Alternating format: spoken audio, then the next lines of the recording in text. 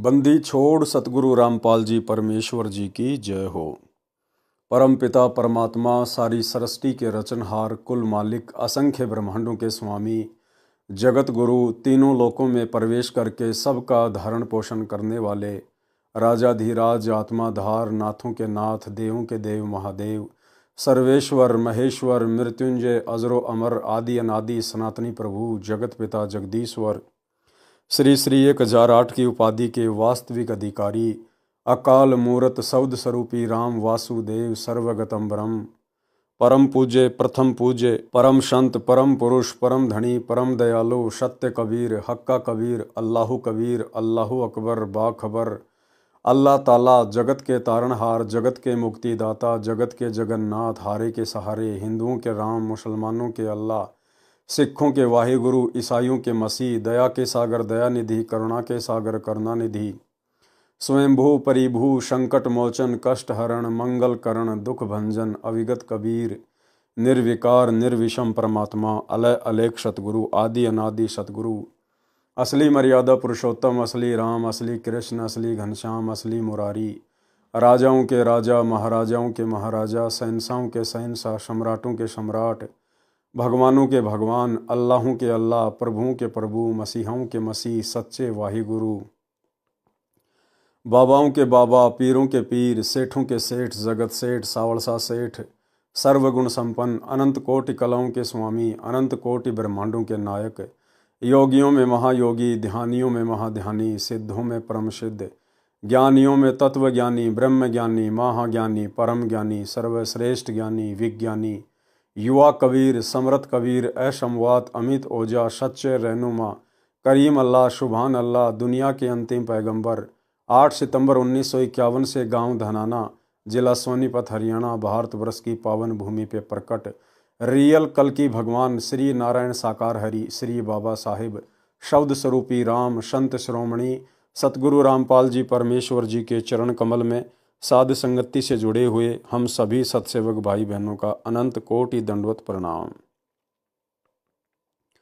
सत्साई भाई और बहनों, दया पूज्य गुरुदेव भगवान की सतगुरु रामपाल जी परमेश्वर जी की जिनके शुभ आशीर्वाद से आप और हम सभी सत्सेवक भाई बहन साध संगति से जुड़कर गुरुदेव के तत्व ज्ञान को आधार बनाकर उन्हीं के आशीर्वाद से अपनी आत्मा के कल्याणार्थ हेतु भक्ति मार्ग पर निरंतर आगे की ओर बढ़ रहे हैं। भाई और बहनों, पूज्य गुरुदेव जी के कर कमल से लिखित पवित्र ग्रंथ मुक्ति बोध के ऊपर वीडियो बनाने की श्रृंखला जारी है। इस श्रृंखला में आज हमारा ये दूसरे नंबर का वीडियो है और इस पवित्र ग्रंथ मुक्ति बोध से हमें ज्यों-ज्यों हम आगे बढ़ेंगे 5 या 6 वीडियो के बाद में आप और हमें भक्ति मार्ग से संबंधित बहुत सारी नई नई और गूढ़ जानकारियाँ प्राप्त होती चली जाएंगी, जो जानकारियाँ हमारे विश्वास को दृढ़ करेंगी।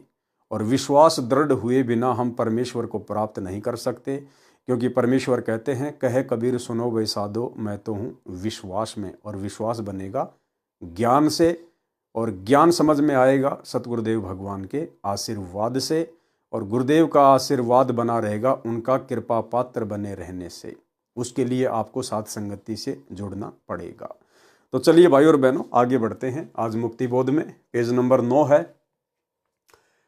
सुमरन के अंग का सरलार्थ अथ सुमरन का अंग।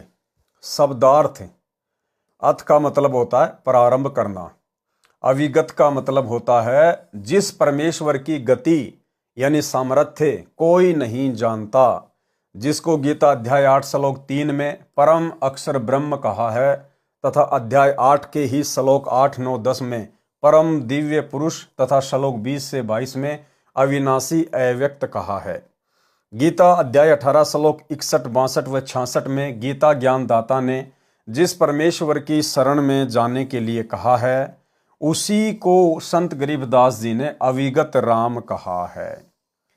यानी जो आम समाज है वो केवल यही जानता है कि गीता जी का ज्ञान श्री कृष्ण जी ने कहा है, लेकिन जिन्हें तत्वदर्शी संत की शरण प्राप्त हो जाती है फिर उन्हें पता चलता है कि गीता जी का ज्ञान श्री कृष्ण जी ने नहीं बल्कि श्री कृष्ण जी के अंदर प्रेत की तरह प्रवेश करके और ब्रह्मा विष्णु महेश के पिता और दुर्गा के पति यानी काल ब्रह्म ने कहा है। और उस काल ब्रह्म से ऊपर जो तीसरा अव्यक्त परमात्मा है, अलग परमात्मा है, परम अक्षर ब्रह्म, परम दिव्य पुरुष, आदरणीय गरीबदास जी ने उसी परमपिता परमेश्वर को अविगत राम कहा है। अविगत राम, उसी को संत गरीबदास जी ने अविगत राम कहा है। अविगत यानी जिस परमेश्वर की गति यानी सामर्थ्य कोई नहीं जानता।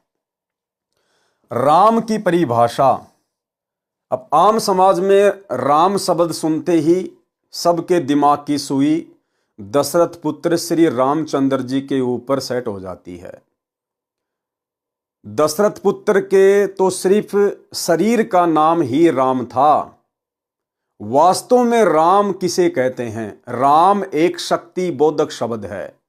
राम उस दिव्य परम पुरुष कबीर परमेश्वर सतगुरु रामपाल जी का उपमात्मक नाम है। राम राम राम शब्द जगत बखाने, आदि राम कोई बिरला जाने। राम की परिभाषा, राम कहो प्रभु स्वामी अल्लाह भगवान ईश परमात्मा या साहब साहिब कहो, ये परमात्मा का बोध कराने वाले नाम हैं।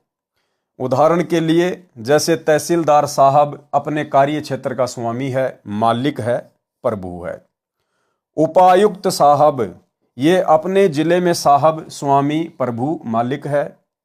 आयुक्त साहब ये कई जिलों का साहब स्वामी प्रभु मालिक है। प्रांत का मंत्री भी साहब है, स्वामी प्रभु है। मुख्यमंत्री भी साहब राम प्रभु स्वामी है। केंद्र सरकार का मंत्री भी साहब यानी राम प्रभु स्वामी है। देश के प्रधानमंत्री जी भी साहब राम प्रभु स्वामी हैं। देश के राष्ट्रपति जी साहब भी स्वामी है, राम है, प्रभु है। परंतु इन सब की अपनी अपनी सीमाएं हैं, अपने अपने कार्य क्षेत्र के सब ही प्रभु हैं, परंतु वास्तव में समर्थ शक्ति राष्ट्रपति जी हैं। उनके पश्चात प्रधानमंत्री जी समर्थ शक्ति हैं, पूर्ण साहब हैं। इस सुमरण के अंग में वाणी नंबर 15-16 में कहा है कि मूल कमल में राम है, यानी गणेश जी हैं। यानी गणेश जी भी अपने स्तर के राम हैं, स्वामी हैं, प्रभु हैं। मूल कमल में राम है। इस सुमरण के अंग में वाणी नंबर 15 में कहा है कि मूल कमल में राम है, यानी गणेश जी हैं, ये भी स्वामी हैं, राम है यानी देव है। स्वाद कमल में राम, ब्रह्मा सावित्री जी प्रभु हैं। नाभि कमल में राम, विष्णु लक्ष्मी जी प्रभु हैं। और हृदय कमल विश्राम, हृदय कमल में शिव पार्वती भी प्रभु हैं, राम हैं, स्वामी हैं। कंठ कमल में राम है, देवी दुर्गा भी राम है, मालिक है, स्वामी है। त्रिकुटी कमल में राम, सतगुरु रूप में परमेश्वर त्रिकुटी में विराजमान है। त्रिकुटी पर सतगुरु रूप में कौन विराजमान है? परमेश्वर विराजमान है, कबीर भगवान विराजमान है, हमारे पूज्य गुरुदेव भगवान विराजमान हैं। वे उस स्थान पर सतगुरु रूप में अपने कार्य के स्वामी हैं, राम हैं, प्रभु हैं। सहस कमल दल राम है, यानी काल निरंजन भी अपने 21 ब्रह्मांडों का राम है, स्वामी है, प्रभु हैं। यानी राम केवल शक्ति बोधक शब्द है। जैसे साहब, जिला कलेक्टर साहब, प्रधानमंत्री साहब, राष्ट्रपति साहब, थानेदार साहब, सबके नाम के आगे साहब लगता है, लेकिन वो अपने अपने कार्य क्षेत्र के ही साहब हैं, राम हैं, प्रभु हैं, स्वामी हैं। यानी राम शब्द को हमने इस प्रकार से समझना है।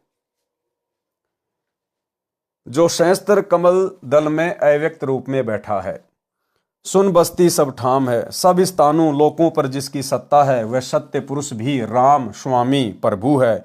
वाणी नंबर 17 में कहा है कि वास्तव में समर्थ राम है। अचल अभंगी राम है, गलताना दमलीन, सुरती नृति के अंतरे बाजे अनहद बीन। अचल का अर्थ होता है स्थायी, अचल यानी स्थायी, जो कभी भी डगमग ना हो। और अभंगी का मतलब है अविनाशी, जो कभी भी भंग ना हो, खंड ना हो। जो कभी भंग यानी नष्ट नहीं होता, वह समर्थ राम है। सुमरण का अर्थ है परमात्मा के सतमंत्र का जाप करना। जैसे कबीर परमेश्वर जी ने कहा है कि सार शब्द का सुमरण करही, सो हंसा भवसागर तरही। सुमरन का बल ऐसा भाई, कालई जीत लोक ले जाई। नाम सुमर ले शुक्रम कर ले, कौन जाने कल की खबर नहीं पल की। श्वास श्वास में नाम जपो, व्यर्थवा श्वास ना खोए।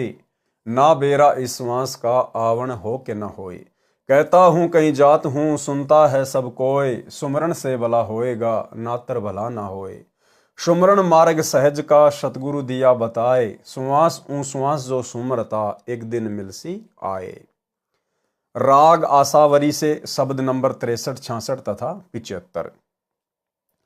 नर सुन रे मूड गवारा, भाई राम भजन तत सारा। नर सुन रे मूड गवारा, भाई राम भजन तत सारा। यानी परमेश्वर जब सतगुरु रूप में धरती पे प्रकट होते हैं, तत्वदर्शी संत की भूमिका करते हैं, तो अपने फॉलोवर को समझाते हैं सत्संगों के माध्यम से, शब्द गा गा के, कि नर सुन रे मूड गवारा। यानी जब तक हमें सतगुरु की शरण प्राप्त नहीं होती है, हम लोग मूड गवार पशु की श्रेणी में ही गिने जाते हैं। राम भजन तत्सारा, उस अविगत राम का भजन जो सतगुरु रूप में धरती पे प्रकट होते हैं, उनसे उपदेश लेने के बाद सुमरण ही एकमात्र सार है। राम भजन तत्सारा।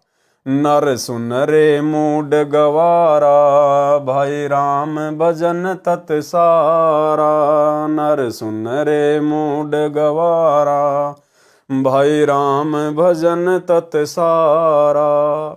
राम भजन बिन बैल बनेगा, शुकर स्वान शरीरम।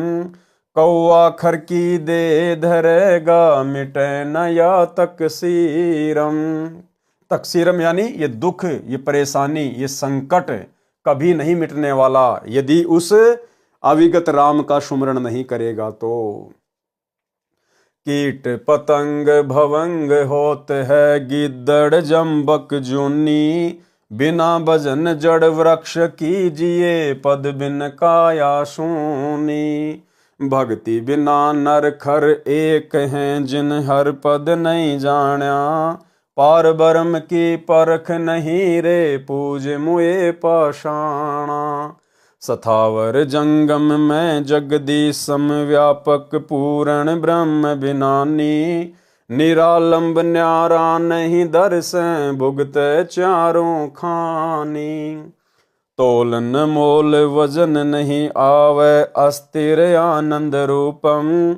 घटमट में तत् सेति न्यारा, सोहम सेति स्वरूपम।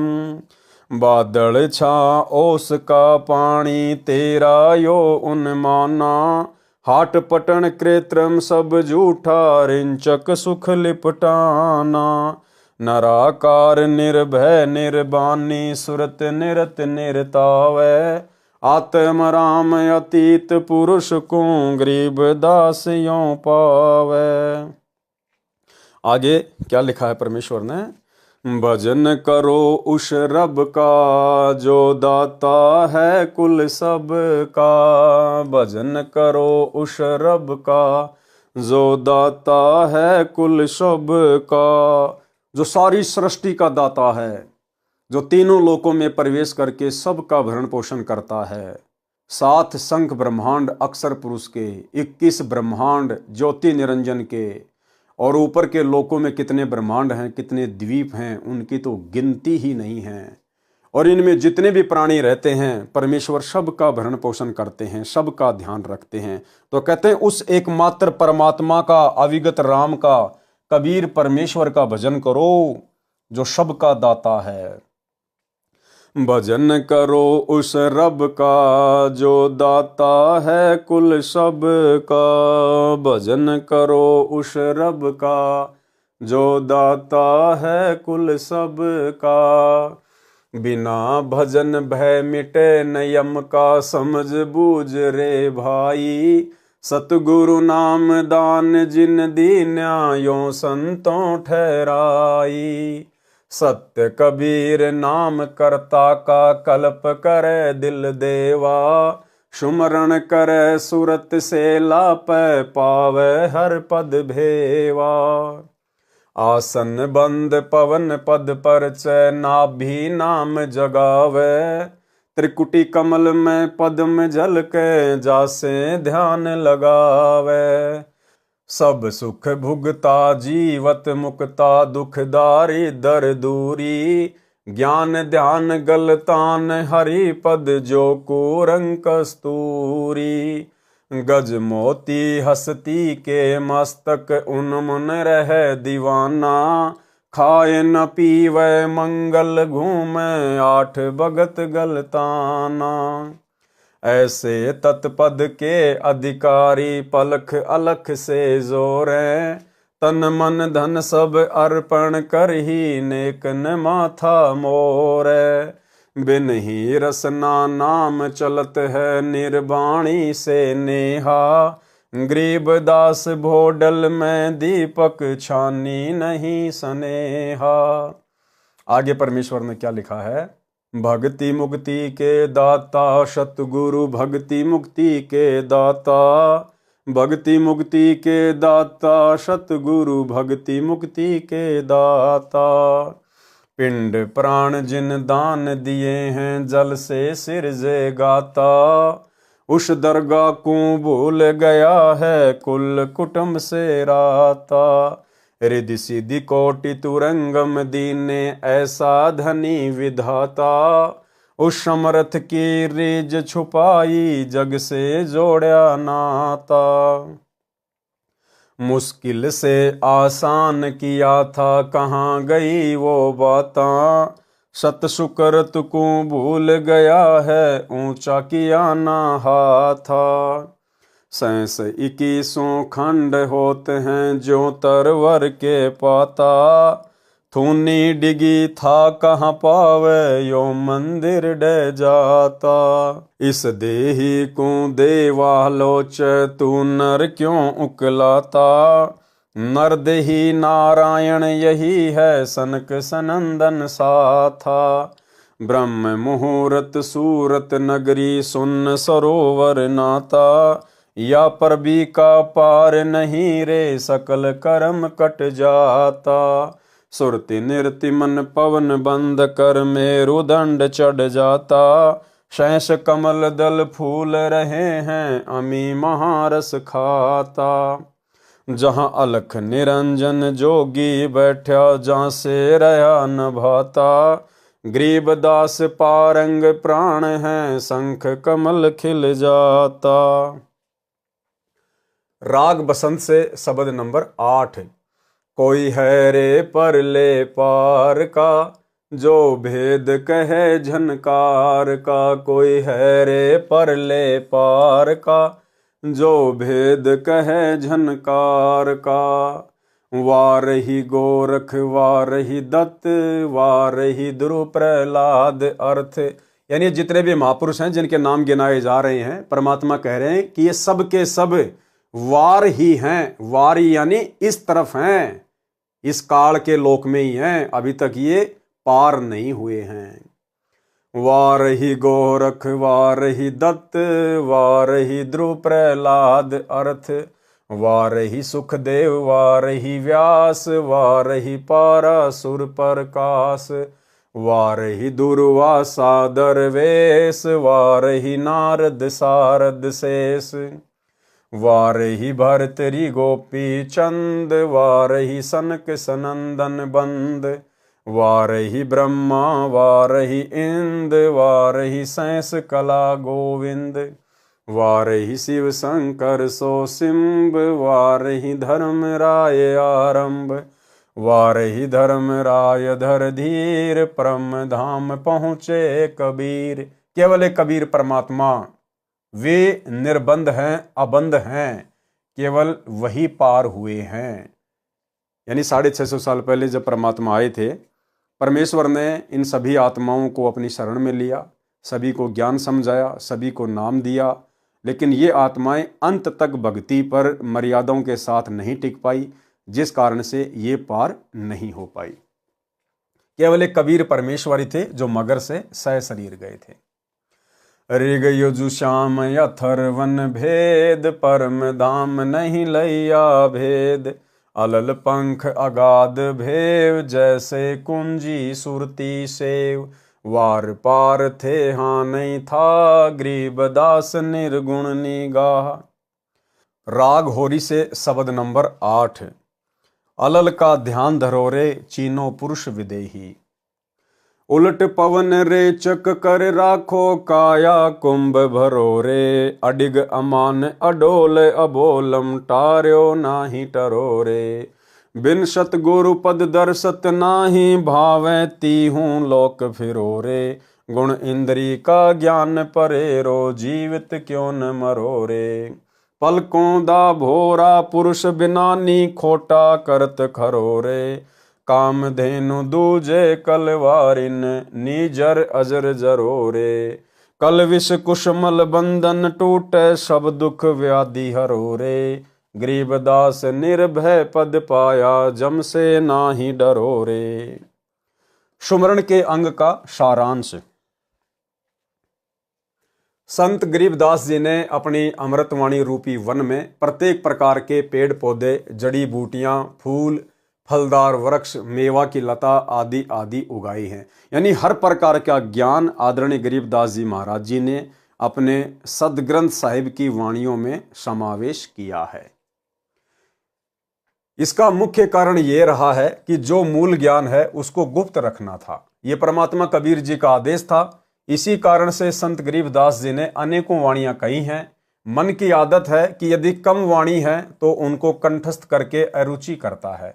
ये ढेर सारी अमृतवाणी लिखवाकर संत गरीबदास जी ने मन को व्यस्त तथा रुचि बनाए रखने का मंत्र बताया है। मन पढ़ता रहता है या सुनता रहता है, आत्मा आनंद का अनुभव करती है।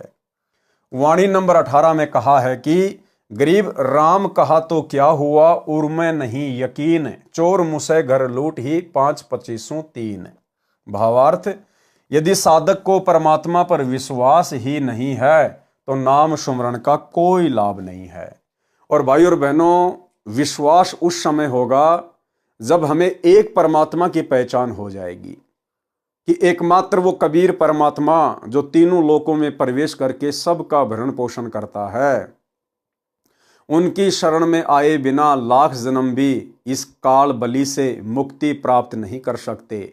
जब हमें उस एक परमात्मा की पहचान हो जाएगी तब हमारा उसमें विश्वास भी बनेगा। और आज उस एक परमेश्वर की पहचान सतगुरु रामपाल जी के रूप में हो चुकी है। अन्यथा भाई और बहनों, विश्वास तो छोड़ो, आप जी दृढ़ होकर भक्ति भी सही तरीके से नहीं कर सकते। आपको हमेशा एक संशय बना रहेगा कि परमात्मा कौन है, परमेश्वर कौन है। वो कागज का टुकड़ा, दाढ़ी मूछ वाली कबीर जी की समझे जाने वाली फोटो, या फिर मेरे पूज्य गुरुदेव, कौन है परमात्मा इन दोनों में से। और जब तक भगत का ये संशय निवारण नहीं होगा तब तक वो भक्ति नहीं कर सकता। परमात्मा कहते हैं गुरु और गोविंद दो नहीं भाई, जब तक दो समझोगे दो जग में जाई। जब तक आप भगवान मानोगे उस दाढ़ी मूछ वाले कबीर जी की फोटो को, और गुरु मानोगे अपने गुरु को कि मेरा गुरु तो केवल गुरु है, एक संत है, भगवान तो कबीर जी हैं, वो दाढ़ी मूछ वाली फोटो है जिनका हम जून के महीने में कबीर प्रकट दिवस मनाते हैं। तो परमात्मा कहते हैं कि ऐसी आत्मा भी तत्वदर्शी संत की शरण में आने के बाद भी वो नरक की ओर ही जाती है कि गुरु और गोविंद दो नहीं भाई, जब तक दो मानोगे दो जग में जाई। यदि साधक को परमात्मा पर विश्वास ही नहीं है तो नाम सुमरण का कोई लाभ नहीं है। उसके मानव जीवन को काम, क्रोध, मोह, लोभ, अहंकार रूपी 5 चोर मुश यानी चुरा रहे हैं। इन पांचों की 5-5 प्रकृति यानी 25 ये तथा रजगुण के अधीन होकर कोठी बंगले बनाने में, कभी कार गाड़ी खरीदने में जीवन नष्ट कर देता है।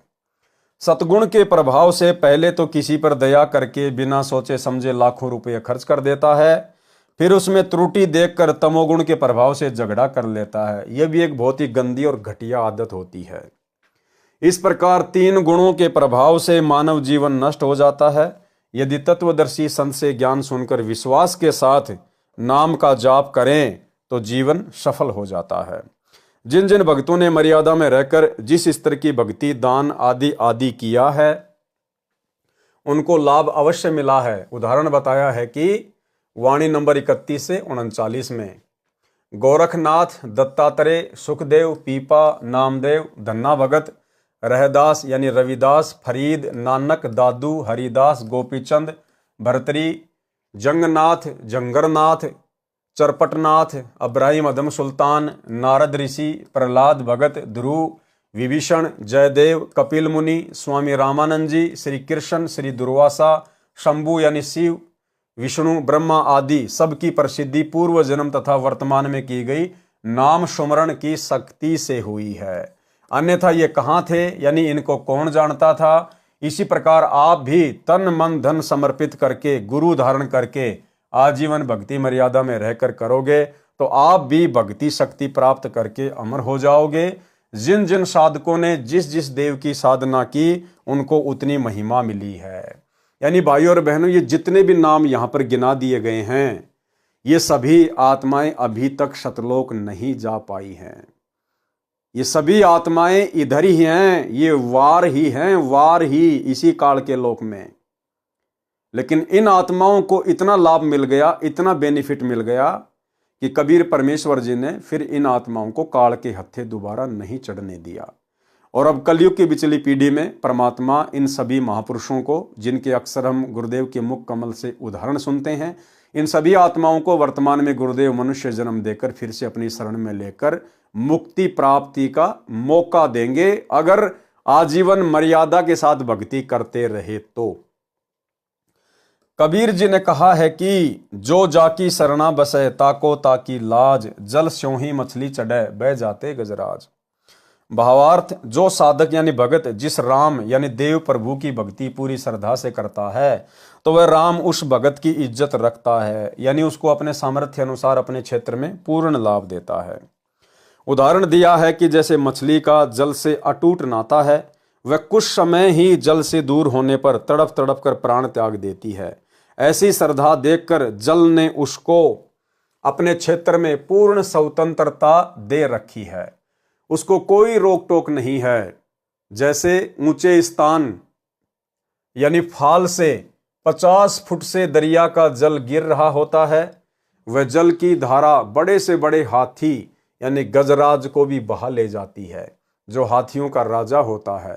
परंतु अपनी पुजारिन मछली को पूरी स्वतंत्रता दे रखी है, वह उस गिरते पानी में नीचे से ऊपर 50 फुट तक चढ़ जाती है।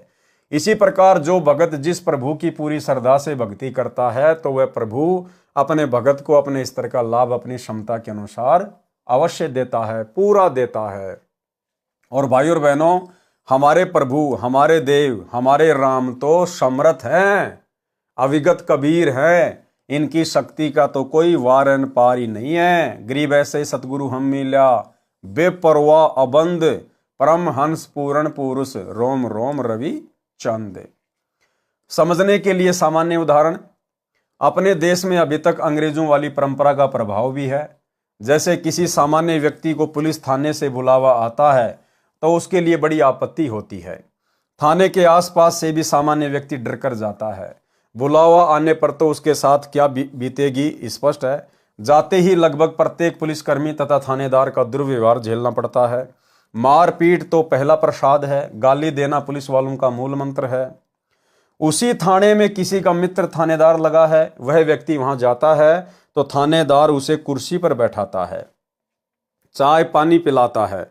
इस प्रकार जो व्यक्ति जिस अधिकारी का मित्र है वह अपने स्तर की राहत अवश्य देता है। वह राहत उस सामान्य व्यक्ति के लिए असहज होती है, यानी सामान्य नहीं होती, परंतु वह पर्याप्त भी नहीं है। यदि पुलिस अधीक्षक से मित्रता हो जाए तो थानेदार भी नतमस्तक हो जाता है। यदि मंत्री जी से मित्रता हो जाए तो एसपी भी नतमस्तक हो जाता है। यदि मुख्यमंत्री प्रधानमंत्री के साथ मेल हो जाए तो नीचे के सभी अधिकारी कर्मचारी आपके साथ हो जाएंगे। इसी प्रकार यदि कोई किसी देवी देव माता मसाणी सेठ शीतला भैरव भूत तथा हनुमान जी की भक्ति करता है तो उसको उनका लाभ अवश्य होगा।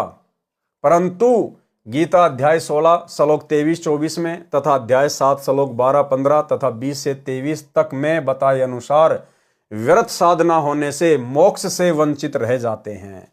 और भाइयों और बहनों, उन तमाम देवी देवताओं के माध्यम से वो थोड़ी बहुत जो राहत मिलती है वो भी ये कबीर परमात्मा सतगुरु रामपाल जी भगवान ही प्रदान करते हैं। उन देवी देवताओं की, उन बड़े बड़े महादेवों की इतनी औकात नहीं है कि वो अपनी तरफ से अपने साधक को कोई लाभ दे सकें। जितना उस साधक के भाग्य में है, उसके प्रारंभ में है, वो कबीर परमात्मा उसी हिसाब से उन देवी देवताओं के माध्यम से, उन गुरुजनों के माध्यम से उन भक्तों को राहत प्रदान करवाते हैं। ये देवी देवता केवल बीच में एक मैनेजर हैं, मीडिएटर हैं, इससे ज्यादा कुछ नहीं। कर्म का फल भी अच्छा बुरा भोगना पड़ता है, इसलिए यह साधना करके भी हानि होती है। इसलिए संत गरीबदास जी ने वाणी नंबर 38 में कहा है कि गरीब ऐसा निर्मल ज्ञान है, निर्मल करे शरीर और ज्ञान मंडलिक हैं, चकवे ज्ञान कबीर। भावार्थ, वेदों, गीता, पुराणों, कुरान, बाइबल आदि का ज्ञान तो मंडलिक यानी अपनी अपनी सीमा का है, डिविजनल है, परंतु परमेश्वर कबीर जी द्वारा बताया आध्यात्मिक सत्य ज्ञान यानी तत्व ज्ञान, सूक्ष्म वेद, चक्रवर्ती ज्ञान है, जिसमें सब ज्ञानों का समावेश है, वह कबीर वाणी है। वाणी नंबर 41 और 42। गरीब गगन मंडल में रहत है, अविनाशी आप अलेख, जुगन जुगन सत्संग है, धर धर खेले भेख। गरीब काया माया खंड है, खंड राज और पाट, अमर नाम निज बंदगी, सतगुरु से भई साट। भावार्थ, पूर्ण परमात्मा कबीर जी गगन मंडल यानी आकाश में रहता है, सत्यलोक में रहता है, जो अविनाशी अलेख है। अलेख का अर्थ है जो पृथ्वी से देखा नहीं जा सकता, जिसे अविनाशी अव्यक्त गीता अध्याय 8 श्लोक 20 से 23 में कहा है। जैसे कुछ ऋषिजन दिव्य दृष्टि के द्वारा पृथ्वी से स्वर्गलोक, श्री विष्णु लोक, श्री ब्रह्मा लोक तथा श्री शिव जी के लोक तथा वहां के देवी देवताओं को तथा ब्रह्मा विष्णु महेश को देख लेते हैं, परंतु ब्रह्म काल को तथा इससे ऊपर अक्षर पुरुष तथा परम अक्षर पुरुष अविनाशी अलेख को कोई नहीं देख सकता, जिस कारण से उस परमात्मा का यथार्थ उल्लेख ग्रंथों में नहीं है। यथार्थ वर्णन सूक्ष्म वेद में है, जो स्वयं परमात्मा द्वारा बताया आध्यात्मिक ज्ञान है। इसलिए उस पूर्ण परमात्मा को अलख तथा अलेख कहकर उपमा दी गई है। यानी उस पूर्ण परमात्मा कबीर साहिब को कोई भी साधक अपनी दिव्य दृष्टि से नहीं देख सकता है, इसलिए उसको अलेख कहा है। अलेख जिसको कोई देख ना सके, इसलिए उस पूर्ण परमात्मा को अलख तथा अलेख कहकर उपमा दी है। उस परमेश्वर को देखने के लिए पूर्ण सतगुरु जी से दीक्षा लेकर तब सतलोक जाकर ही देखा जा सकता है। वह परमात्मा स्वयं अन्य भेक यानी वेश धारण करके पृथ्वी पर प्रत्येक युग में प्रकट होता है। जैसे वर्तमान में तत्वदर्शी संत की भूमिका में वो कबीर परमात्मा सतगुरु रामपाल जी के रूप में स्वयं ही प्रकट हैं। वह परमात्मा स्वयं अन्य भेख धारण करके पृथ्वी पर प्रत्येक युग में प्रकट होता है। अपना तत्व ज्ञान यानी चक्रवर्ती ज्ञान स्वयं ही बताता है। तो भाई यदि आज कोई तत्व ज्ञान बता रहा है तो कौन बता रहा है? स्वयं कबीर परमात्मा, क्योंकि अपना तत्व ज्ञान यानी चक्रवर्ती ज्ञान स्वयं ही बताता है। स्वयं यानी खुद ही बताता है। इसलिए दास बार बार कहता है कि पूज्य गुरुदेव जी स्वयं कबीर परमेश्वर हैं। अपना तत्व ज्ञान चक्रवर्ती ज्ञान स्वयं ही बताता है कि यह सब राजपाट तथा शरीर खंड यानी नाशवान है। केवल सतगुरु से मिलन तथा उनके द्वारा दिया निज नाम सत्य भक्ति मंत्र ही अमर है। यदि सच्चे भक्ति मंत्र प्राप्त नहीं हुए तो अन्य नामों का जाप सुमरण तथा यज्ञ करना सब व्यर्थ है। सुमरण के अंग की वाणी नंबर 20 में कहा है कि गरीब राम नाम निज सार है, मूल मंत्र मनमाही, पिंड ब्रह्मंड से रहित है, जननी जाया नाही। भावार्थ, संत गरीबदास जी ने कहा है कि मोक्ष के लिए राम के नाम का जाप ही निज सार है, यानी मोक्ष प्राप्ति का निष्कर्ष है। नाम सुमरण से ही मुक्ति होती है। नाम भी मूल मंत्र यानी यथार्थ नाम हो।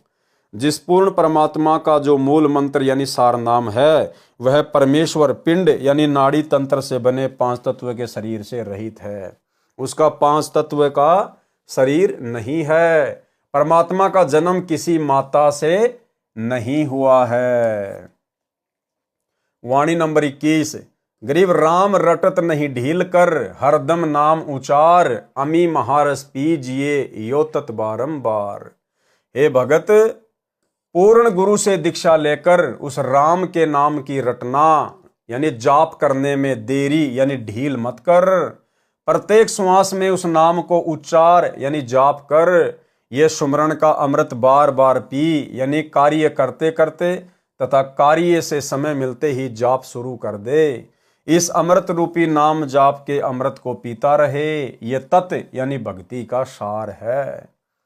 यदि यथार्थ नाम प्राप्त नहीं है तो चाहे पुराणों में वर्णित धार्मिक क्रियाएं करोड़ों गाय दान करो, करोड़ों धर्म यज्ञ जोनार यानी जिम्मनवार करो, किसी लड़के के जन्म पर भोजन कराना करो, चाहे करोड़ों कुएं खुदवाओ, करोड़ों तीर्थों के तालाबों को गहरा करवाओ, जिससे जम की मार यानी काल की चोट यानी कर्म का दंड समाप्त नहीं हो सकता।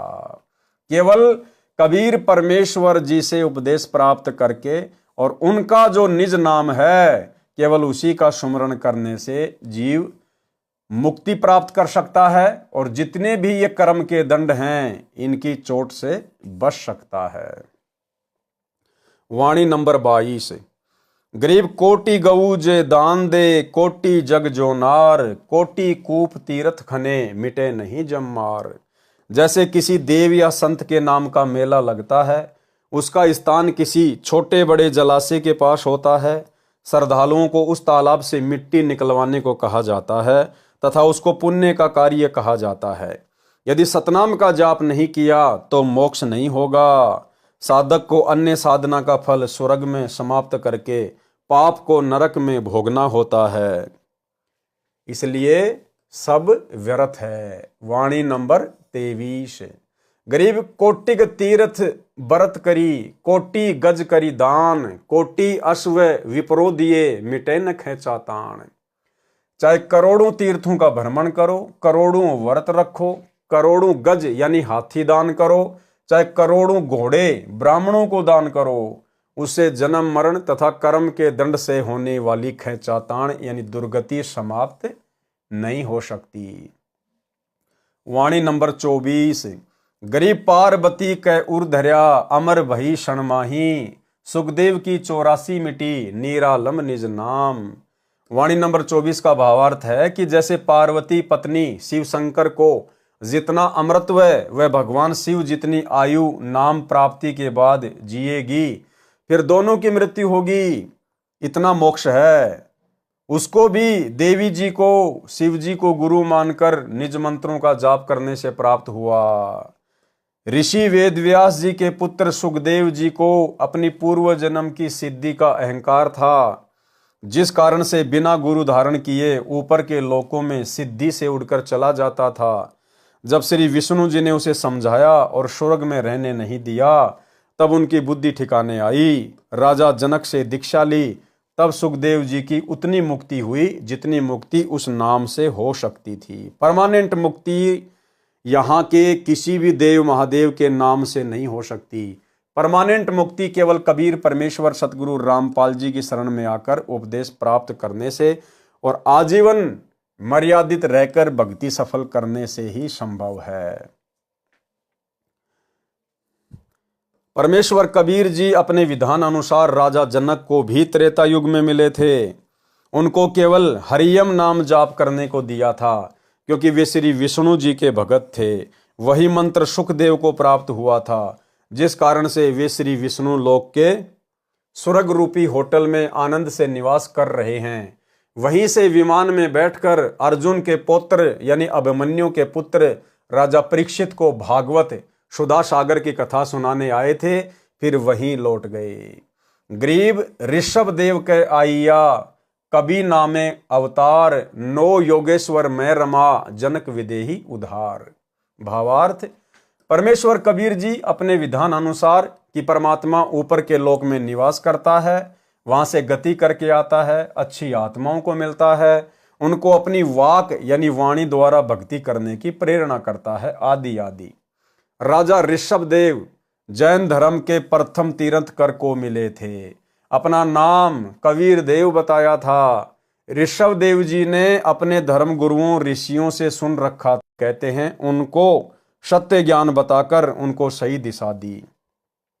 परंतु राजा जनक ने विष्णु उपासना को नहीं त्यागा। राजा जनक से दीक्षा लेकर सुखदेव ऋषि को स्वर्ग प्राप्त हुआ, परंतु वह पूर्ण मोक्ष नहीं मिला, जो गीता अध्याय 15 श्लोक 4 में कहा है। क्या कहा है कि तत्वदर्शी संत से तत्व ज्ञान समझने के पश्चात अध्यात्म अज्ञान को तत्व ज्ञान रूपी शस्त्र से काटकर उसके पश्चात परमेश्वर के उस परम पद की खोज करनी चाहिए, जहां जाने के पश्चात साधक लौटकर संसार में कभी नहीं आते, यानी कभी फिर जन्म मृत्यु नहीं होती। जिस परमेश्वर से संसार रूपी वृक्ष की प्रवृत्ति विस्तार को प्राप्त हुई है, यानी जिस परमेश्वर ने संसार की रचना की है, केवल उसी की भक्ति करो, केवल उसी की भक्ति। वाणी नंबर 24 में यही स्पष्ट किया है कि यदि स्वर्ग जाने की भी तमन्ना है तो वे भी विशेष यानी निज मंत्रों के जाप से ही पूर्ण होगी। और वर्तमान में भाई और बहनों, यदि किसी को काललोक तक की भी पूर्ण भक्ति करनी है तो वो मंत्र भी सतगुरु रामपाल जी परमेश्वर जी के पास ही उपलब्ध हैं। वर्तमान में एकमात्र अधिकारी गुरु सतलोक के और निरंजन लोक के स्वर्ग के केवल सतगुरु रामपाल जी परमेश्वर ही हैं। परंतु ये इच्छा तत्व ज्ञान के अभाव से है। जैसे गीता अध्याय 2 श्लोक 46 में बहुत सटीक उदाहरण दिया है कि सब ओर से परिपूर्ण जलाशय बड़ी झील प्राप्त हो जाने पर छोटे जलाशय यानी तालाब में मनुष्य का जितना प्रयोजन रह जाता है, उसी प्रकार तत्व ज्ञान की प्राप्ति के पश्चात विद्वान पुरुष का वेदों ऋग्वेद यजुर्वेद सामवेद अथर्ववेद में प्रयोजन रह जाता है। यानी जब हमें तत्वदर्शी संत मिल जाता है, जब हमें उनसे वो अनमोल तत्व ज्ञान सुनने को मिल जाता है, तो उसके बाद फिर किसी साधक की इच्छा यहाँ के स्वर्ग में बैकुंठ में ब्रह्मलोक में जाने की बनेगी ही नहीं। जिस प्रकार पुराने समय में गांव के गांव किसी तालाब या जोहड़ के भरोसे रहा करते थे, और उन गांव वालों को यदि कोई उससे बड़ा 3-4 गुना बड़ा जोहड़ या तालाब मिल जाए तो उन गांव वालों की आस्था फिर छोटे तालाब में जितनी रह जाती है, ठीक इसी प्रकार तत्वदर्शी संत से तत्व ज्ञान प्राप्त होने के पश्चात साधक की इच्छा फिर शतलोक में लग जाती है, फिर ब्रह्मा विष्णु महेश के लोक में नहीं रह पाती है।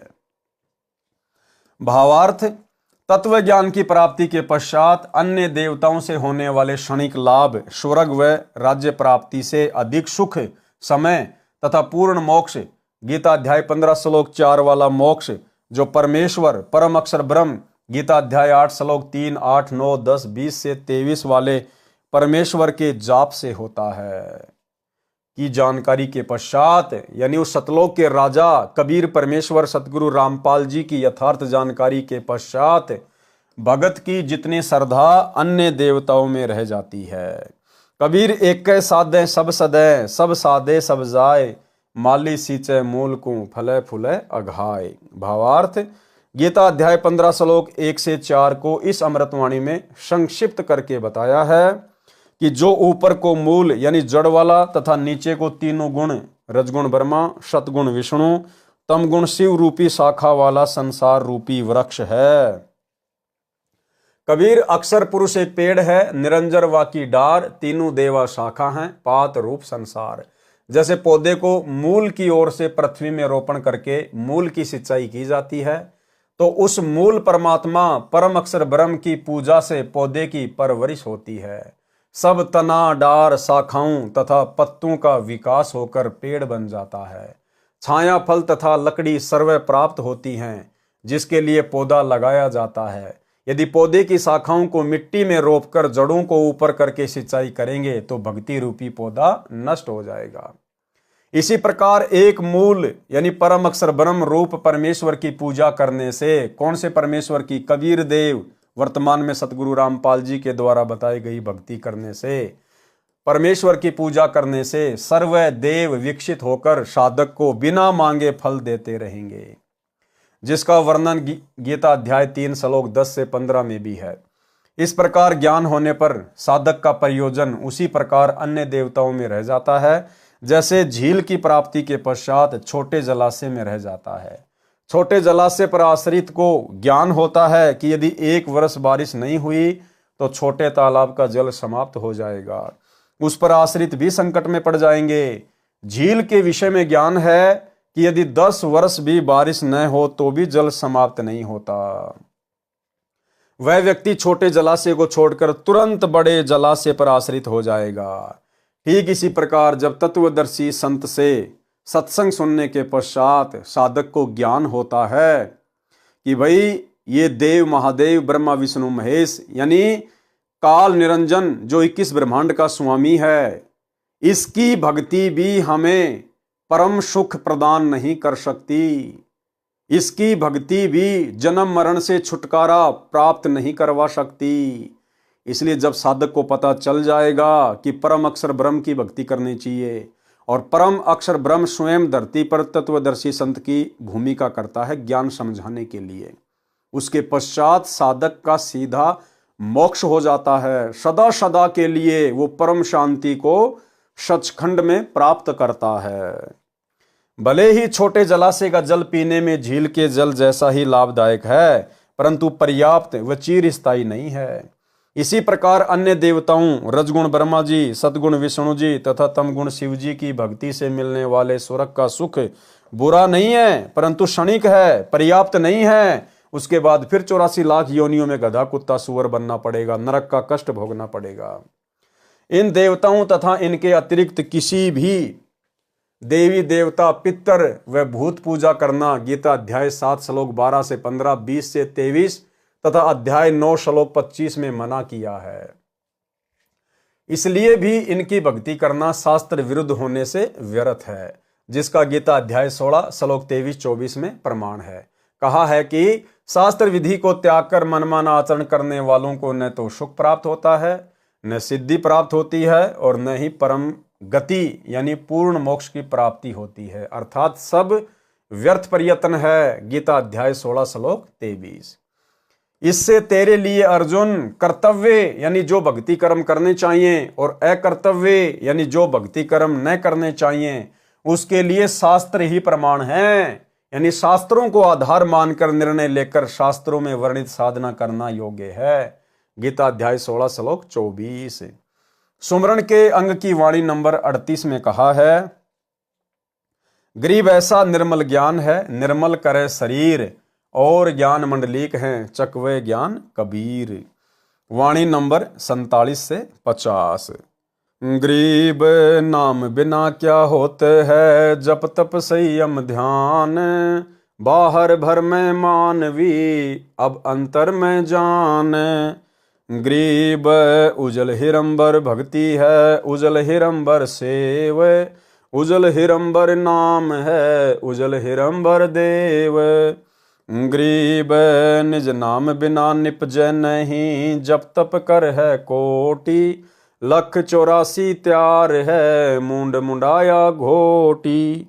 गरीब नाम शिरोमणि सार है, सोहम सुरती लगाई, ज्ञान गलीचे बैठे कर सुनी सरोवर नहाई। वाणी नंबर 47 से 50 में भी यही समझाया है कि निज नाम यानी विशेष मंत्र बिना अन्य नामों का जाप तथा मनमाना घोर तप जो करते हैं उनकी साधना व्यर्थ है। गीता अध्याय 17 श्लोक 1 से 6 तक में भी यही स्पष्ट किया है। श्लोक 1 में अर्जुन ने पूछा कि आपने गीता अध्याय 16 श्लोक 23-24 में कहा है कि शास्त्र विधि के विपरीत साधना व्यर्थ है।